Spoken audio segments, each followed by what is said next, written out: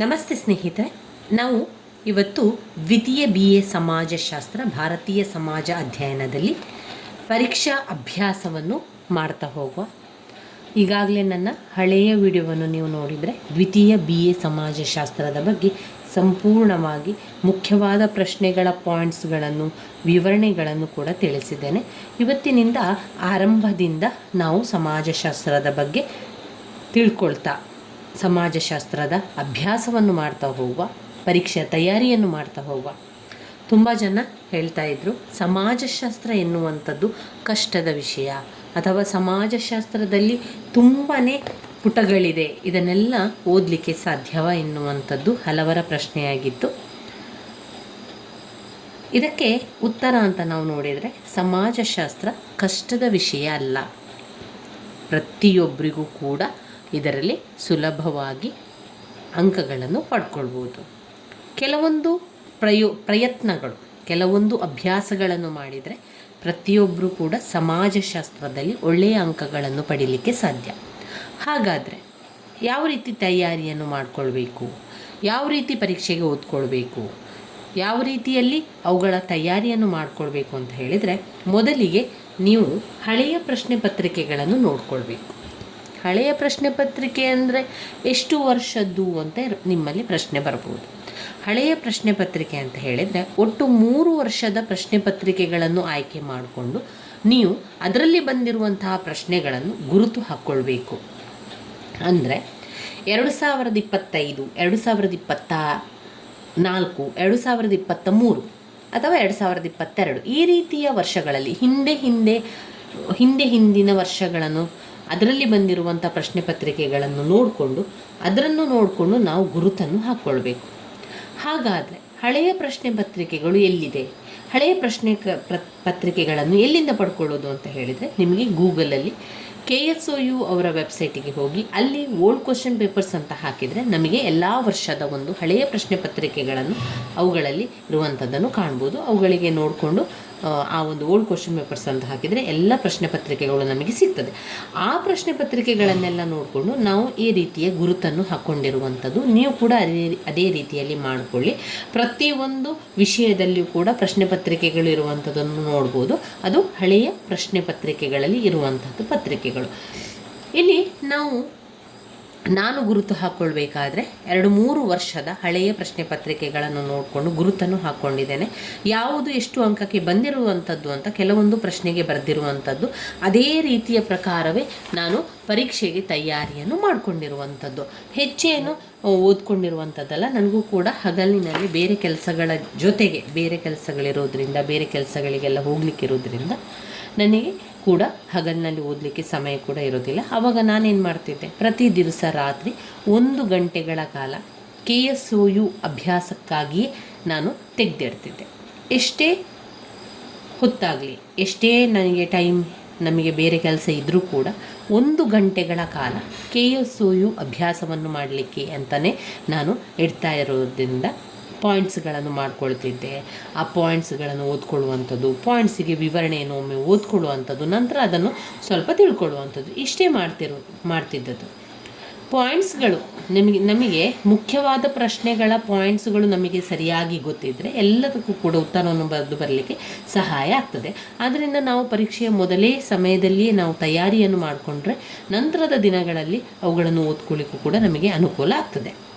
ಇಲ್ಲಿ ಒಂದು ಉದಾಹರಣೆಗೆ ಬ್ಲಾಕ್ 3ರಲ್ಲಿ ನಾವು ಅನುಸೂಚಿತ ಜಾತಿ ಬುಡಕಟ್ಟು ಸಮಸ್ಯೆಗಳ ಬಗ್ಗೆ 10 ಅಂಕಕ್ಕೆ ಪದೇ ಕೇಳಿರುವಂತಹ ಪ್ರಶ್ನೆ ಅನುಸೂಚಿತ ಜಾತಿ, ಅನುಸೂಚಿತ ಪಂಗಡಗಳ ಸಮಸ್ಯೆಗಳ ಬಗ್ಗೆ ಪ್ರಶ್ನೆಗಳು ಬರುವಂಥದ್ದು. 10 ಅಂಕಕ್ಕೆ 15 ಅಂಕಕ್ಕೆ ಪದೇ ಕೇಳಿರುವಂತಹ ಪ್ರಶ್ನೆ ಆಗಿರುವಂಥದ್ದು.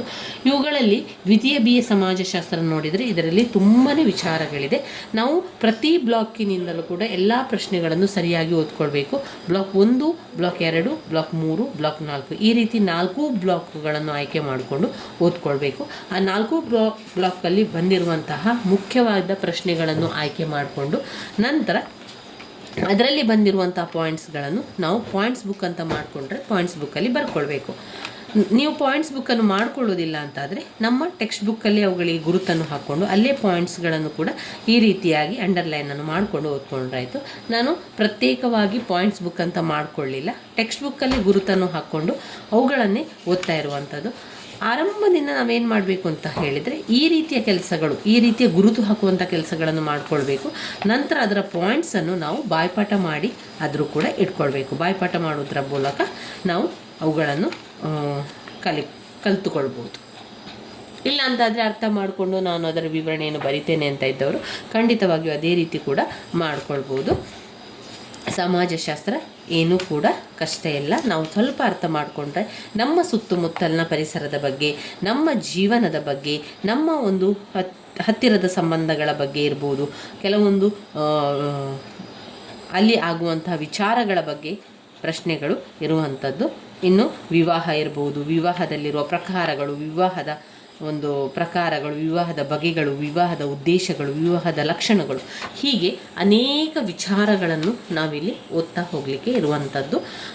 ಪ್ರಶ್ನೆಗಳನ್ನು ನಾವು ನೋಡುವುದಾದರೆ ಹಳೆಯ ಪ್ರಶ್ನೆ ಪತ್ರಿಕೆಗಳನ್ನು ಗುರುತನ್ನು ಹಾಕ್ಕೊಂಡಿರುವಂಥದ್ದು, ಹಳೆಯ ಪ್ರಶ್ನೆ ಪತ್ರಿಕೆಯಿಂದ ಬಂದಿರುವಂತಹ ಪ್ರಶ್ನೆಗಳನ್ನು ಓದ್ಕೊಳ್ಳುವಂಥದ್ದು ತುಂಬಾ ಒಳ್ಳೆಯದು. ಪುರುಷಾರ್ಥಗಳೆಲ್ಲ ಹಲವು ಬಾರಿ ಪ್ರಶ್ನೆಗಳನ್ನು ಕೇಳಿದ್ದಾರೆ. ಇದರಲ್ಲಿ 4 ಪುರುಷಾರ್ಥಗಳನ್ನು ಕಾಣುವಂಥದ್ದು. ಧರ್ಮ, ಅರ್ಥ, ಕಾಮ, ಮೋಕ್ಷ ಎನ್ನುವಂಥ 4 ಪುರುಷಾರ್ಥಗಳು ನಾವು ಕಾಣ್ಬೋದಾಗಿದೆ. ಈ ರೀತಿಯಾಗಿ ನಾವು ಸಮಾಜಶಾಸ್ತ್ರವನ್ನು ಓದ್ಕೊಳ್ಬೇಕಾದ್ರೆ ಪಾಯಿಂಟ್ಸ್ಗಳನ್ನು ಬರ್ಕೊಳ್ಳಿ.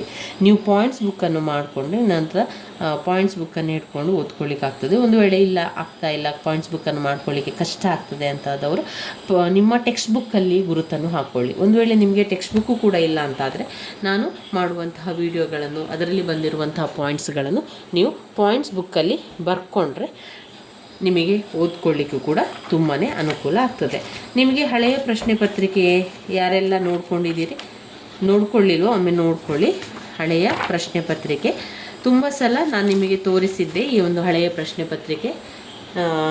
ಈ ವಿಡಿಯೋ ಒಂದು ಮೊದಲ ಬಾರಿಗೆ ನೋಡ್ತಾ ಇರುವವರಾದರೆ ನಿಮಗೆ ಮತ್ತೊಮ್ಮೆ ಈ ಹಳೆಯ ಪ್ರಶ್ನೆ ಪತ್ರಿಕೆಗಳನ್ನು ನೋಡಿಕೊಳ್ಳಿ. ಅದರಲ್ಲಿ ಬಂದಿರುವಂಥ ಪ್ರಶ್ನೆ ಯಾವ ರೀತಿ ಅಂತ ಆಗ ನಿಮಗೆ ಒಂದು ಯಾವ ರೀತಿ ಓದ್ಕೊಳ್ಬೇಕು ಅಂತ ಗೊತ್ತಾಗ್ತದೆ. ಇದು 2023ರ ಹಳೆಯ ಪ್ರಶ್ನೆ ಪತ್ರಿಕೆ. ಮೊದಲಿಗೆ ವಿಭಾಗ ಎ 5 ಅಂಕದ ಪ್ರಶ್ನೆಗಳನ್ನು ಕೇಳ್ತಾರೆ. ಒಟ್ಟು 4 ಪ್ರಶ್ನೆಗೆ ಉತ್ತರವನ್ನು ಬರೀಬೇಕಾಗ್ತದೆ. ಒಂದು ಪ್ರಶ್ನೆಗೆ 5 ಅಂಕ. 5 ಅಂಕಕ್ಕೆ ನಾವು ಒಂದೂವರೆ ಪುಟದಷ್ಟು ಉತ್ತರವನ್ನು ಬರೀಬೇಕಾಗ್ತದೆ. ಇಲ್ಲಿ ಬಂದಿರುವಂಥ ಪ್ರಶ್ನೆ, ಗೃಹಸ್ಥಾಶ್ರಮದ ಕುರಿತು ಟಿಪ್ಪಣಿ ಬರೆಯಿರಿ, ಬಹುಪತಿತ್ವದ ಅರ್ಥವನ್ನು ತಿಳಿಸಿ, ತರವಾಡು ಎಂದರೇನು, ಅಲ್ಪಸಂಖ್ಯಾತರು ಎಂದರೆ ಯಾರು, ಆಮೇಲೆ ಸ್ತ್ರೀವಾದದ ಅರ್ಥವನ್ನು ತಿಳಿಸಿ, ಸಾಮಾಜಿಕ ಶಾಸನಗಳ ಗುರಿಗಳನ್ನು ತಿಳಿಸಿ ಅಂತ ಕೊಟ್ಟಿದ್ದಾರೆ. ಇನ್ನು ವಿಭಾಗ ಬಿ ಯಲ್ಲಿ ನಾವು ನೋಡುವುದಾದರೆ ಹಿಂದೂ ವಿವಾಹದಲ್ಲಿನ ಇತ್ತೀಚಿನ ಪ್ರವೃತ್ತಿ, ಇದು 10 ಅಂಕಕ್ಕೆ ಕೇಳಿರುವಂತಹ ಪ್ರಶ್ನೆ. ಹಿಂದೂ ವಿವಾಹದಲ್ಲಿನ ಇತ್ತೀಚಿನ ಪ್ರವೃತ್ತಿಯನ್ನು ಪರಿಶೀಲಿಸಿ, ಧರ್ಮ ಮತ್ತು ವಿಜ್ಞಾನದ ನಡುವಿನ ಸಂಬಂಧವನ್ನು ವಿಶ್ಲೇಷಿಸಿ, ಭಾರತದಲ್ಲಿ ಅನುಸೂಚಿತ ಜಾತಿಗಳ ಸಮಸ್ಯೆಗಳನ್ನು ಚರ್ಚಿಸಿ, ಲಿಂಗ ವ್ಯವಸ್ಥೆ ನ್ಯಾಯದ ಪರಿಕಲ್ಪನೆಯನ್ನು ವಿವರಿಸಿ, ಜಾಗತೀಕರಣದ ವಿವಿಧ ಆಯಾಮಗಳನ್ನು ಪರಿಶೀಲಿಸಿ. ವಿಭಾಗ ಸಿ ಯಲ್ಲಿ 15 ಅಂಕದ ಪ್ರಶ್ನೆಗಳು, ಭಾರತೀಯ ಸಮಾಜದ ಪ್ರಧಾನ ಲಕ್ಷಣಗಳು, ಅವಿಭಕ್ತ ಕುಟುಂಬದ ಕಾರ್ಯಗಳು, ಭಾರತದಲ್ಲಿನ ಅಲ್ಪಸಂಖ್ಯಾತರ ಸಮಸ್ಯೆಗಳು, ಭಾರತೀಯ ಸಮಾಜದಲ್ಲಿ ಸಾಮಾಜಿಕ ಸುಧಾರಣೆಗಳನ್ನು ತರುವಲ್ಲಿ ಪ್ರಾರ್ಥನಾ ಮತ್ತು ಸತ್ಯಶೋಧಕ ಸಮಾಜದ ಕೊಡುಗೆಗಳನ್ನು ಚರ್ಚಿಸಿ. ಈ ರೀತಿಯಾಗಿ ಹಳೆಯ ಪ್ರಶ್ನೆ ಪತ್ರಿಕೆಗಳನ್ನು ನಾವು ನೋಡುವುದಾದರೆ ಹಳೆಯ ಪ್ರಶ್ನೆ ಪತ್ರಿಕೆಗಳು ಈ ರೀತಿ ಇರುವಂಥದ್ದನ್ನು ಕಾಣ್ಬೋದಾಗಿದೆ.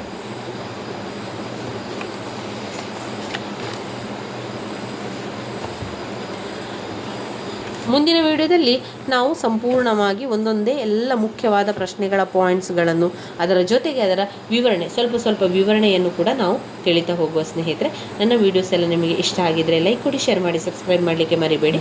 ಧನ್ಯವಾದಗಳು.